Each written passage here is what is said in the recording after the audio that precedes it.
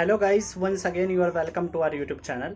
और आज की इस वीडियो में मैं आपको बताने वाला हूं कि जो एम्बेसी है और वीएफएस में क्या डिफरेंस होता है।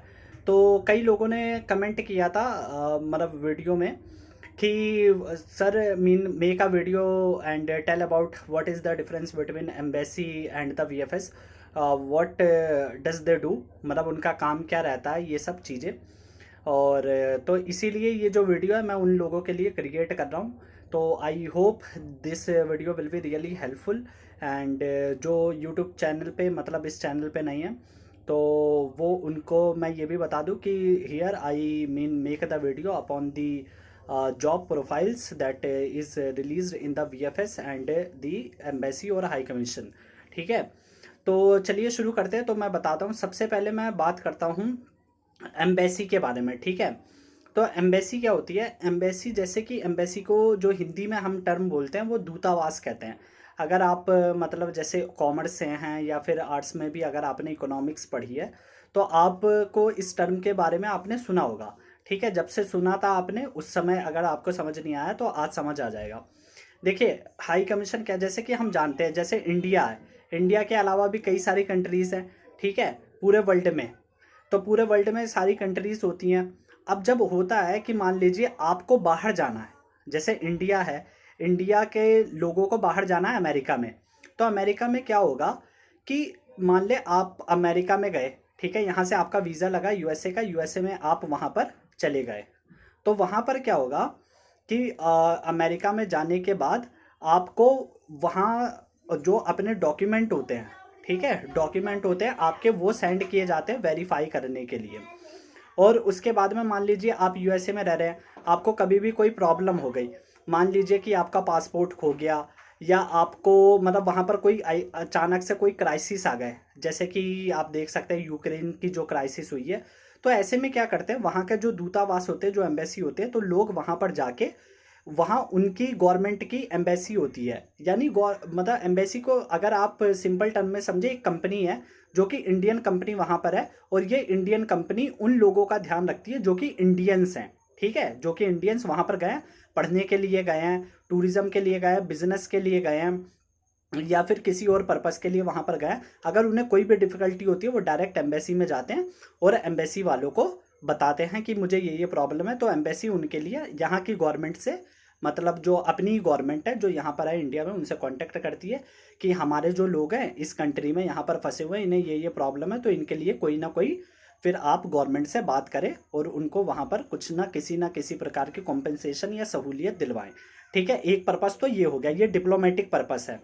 और दूसरा भी जो पर्पस होता है वो होता है वीज़ा का, मतलब मेनली वीज़ा, आप दूसरी कंट्री में जाते कैसे हैं। जैसे कि आपको पता है, अगर आप कहीं भी किसी भी कंट्री में जाना चाहते हैं, आपको वीज़ा की ज़रूरत होती है।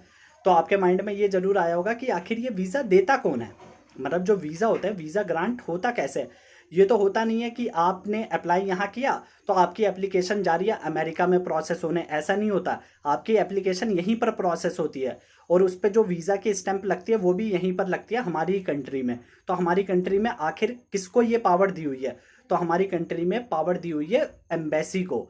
ठीक है, एम्बेसी क्या होती है, हर देश की एम्बेसी अलग अलग होती है। अगर आप यूएस जाना चाहते हैं तो यूएस की एम्बेसी में आपकी जो वीज़ा है वो जाता है, वहाँ पर वो आपके डॉक्यूमेंट वेरीफाई करते हैं और उसके ऊपर स्टैंप लगा देते हैं अगर आपके सारे डॉक्यूमेंट ठीक है। ठीक, तो ये हो गया जो मोटा मोटा एम्बेसी का काम। तो ये आई होप्स आपको समझ में आ गया होगा। अब वीएफएस का रोल क्या होता है, देखिए, जब एम्बेसी ओपन हुई थी ना, तो होता क्या था कि जो लोग होते थे वीज़ा अप्लाई करने वाले होते थे, तो उनको क्या प्रॉब्लम होती थी, जब वो वीज़ा के लिए अप्लाई करने जाते थे तो वो है ना लंबी लाइन लग जाती थी वहाँ पर बाहर। जैसे कि मान लीजिए 1000 या 2000 लोगों को, आप जानते हैं कंट्री में कितने लोग विजिट करते हैं, लाखों में विजिट करते हैं। तो होता क्या था, वहाँ पर है ना लाइन लग जाती थी, मतलब लोग 2-2 दिन से रातों रात वहीं पर रोड पे बैठ जाते थे लाइन लगाने के लिए कि हमारा नंबर आएगा डॉक्यूमेंट लेके। तो ये सारी जो चीज़ें होती है, ये जो चैलेंज होता है, ये देखने को मिलता था, ये एम्बेसी को फेस करती थी, वहाँ पर वर्क प्रेशर भी काफ़ी ज़्यादा होता था। तो यहाँ पर एक सॉल्यूशन आया, मतलब जैसे कहते हैं ना इनोवेटिव आइडिया कोई लेके आता है, तो ऐसे ही इनोवेटिव आइडिया जो वीएफएस के ओनर थे वो लेके आए।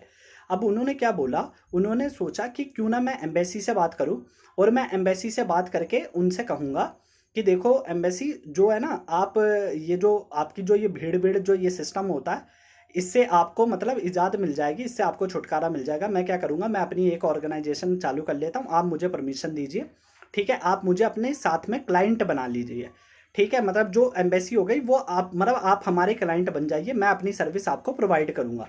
अब सर्विस किस तरीके की होगी कि जैसे जो फर्स्ट स्टेज है, फर्स्ट स्टेज में क्या होता है, अगर आप वीज़ा अप्लाई करना चाहते हैं, आपने पासपोर्ट लिया, पासपोर्ट जो इंडियन गवर्नमेंट आपको देती है, और उसके बाद में आपने डॉक्यूमेंट फिल किया, तो आप जो फॉर्म होते हैं उसको चेक करना, ठीक है? ये सबसे पहला जो काम होता है, आपके सारे डॉक्यूमेंट चेक करना, आपकी बायोमेट्रिक ले लेना, यानी फिंगरप्रिंट्स ये सब लेना, ठीक, ये सबसे पहला काम होता है।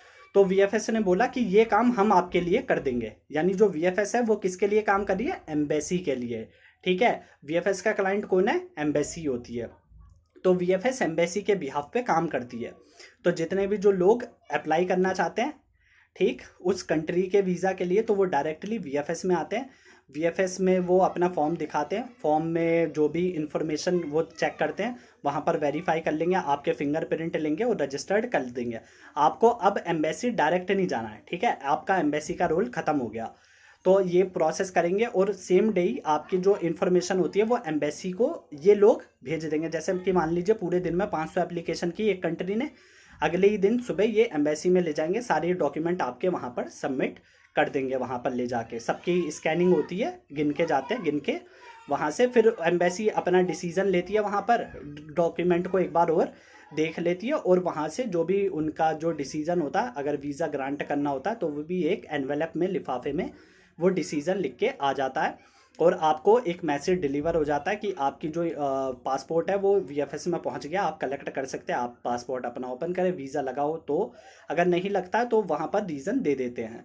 तो ये दोनों में डिफरेंस है, ठीक है? मैंने क्या बताया, जो वीएफएस है वो किसको अपनी सर्विस प्रोवाइड कर रही है, एम्बेसी को, कि एम्बेसी में भीड़ ना हो। कॉमन पीपल एम्बेसी में अब नहीं जाते हैं, वो तभी जाते हैं जब उनको इंटरव्यू के लिए बुलाया जाता है। इंटरव्यू कैसे, आप स्टडी का वीज़ा लगवाना चाहते हैं, तो मान लीजिए एम्बेसी आपसे इंटरव्यू करना चाहती है, उसको लग रहा है कि आपके डॉक्यूमेंट में कुछ डाउट है, तो इंटरव्यू के लिए कभी कभी बुला लेते हैं। अदरवाइज आपको एम्बेसी नहीं जाना, आपको डायरेक्ट वीएफएस में आना होता है वीज़ा प्रोसेस के लिए, ठीक। तो इनकी जो जॉब होती हैं वो जॉब निकलती रहती है time to time, visa officer होते हैं अलग अलग कंट्री के लिए, अलग अलग एम्बेसी होती है, तो जॉब निकलती रहती है।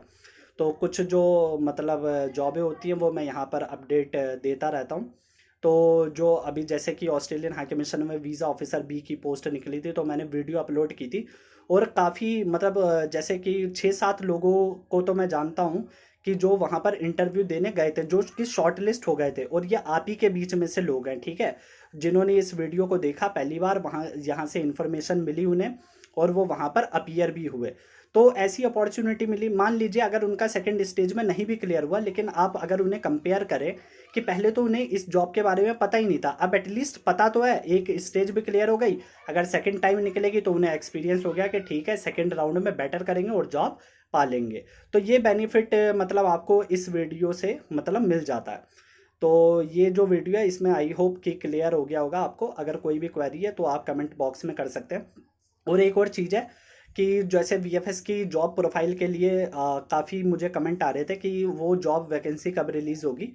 तो मैं आपको बताना चाहूँगा कि अभी क्या है, अभी जब वीएफएस की जो हायरिंग हुई थी उसकी क्लियरेंस चल रही है, ठीक है। मतलब मैंने जो कांटेक्ट किया था अपने फ्रेंड से, तो उन्होंने बताया उन जो ऑन बोर्डिंग हो रहे हैं बच्चे, जो लोग हैं एम्प्लॉई हैं, उनकी ऑनबोर्डिंग प्रोसेस चल रही है। जैसे ही वो प्रोसेस कंप्लीट हो जाएगी उसके बाद में रिलीज़ होंगे। तो don't worry about the vacancy, जैसे ही आ जाएगी I will definitely upload the video and inform you, ठीक है। तो ये जो मैं वीडियो आपको बता दूंगा। इसके अलावा अगर कोई आपको डाउट है, put that doubt in the comment box. So thank you very much for watching this video and don't forget to subscribe the channel, ठीक है। आप ज़्यादा से ज़्यादा लोगों को सब्सक्राइब करें चैनल को, और वीडियो को भी लाइक करें, ताकि मुझे भी मोटिवेशन मिलती रहे कि मैं आपके लिए ऐसे ही हार्ड वर्क करता रहूँ। सो थैंक यू वेरी मच।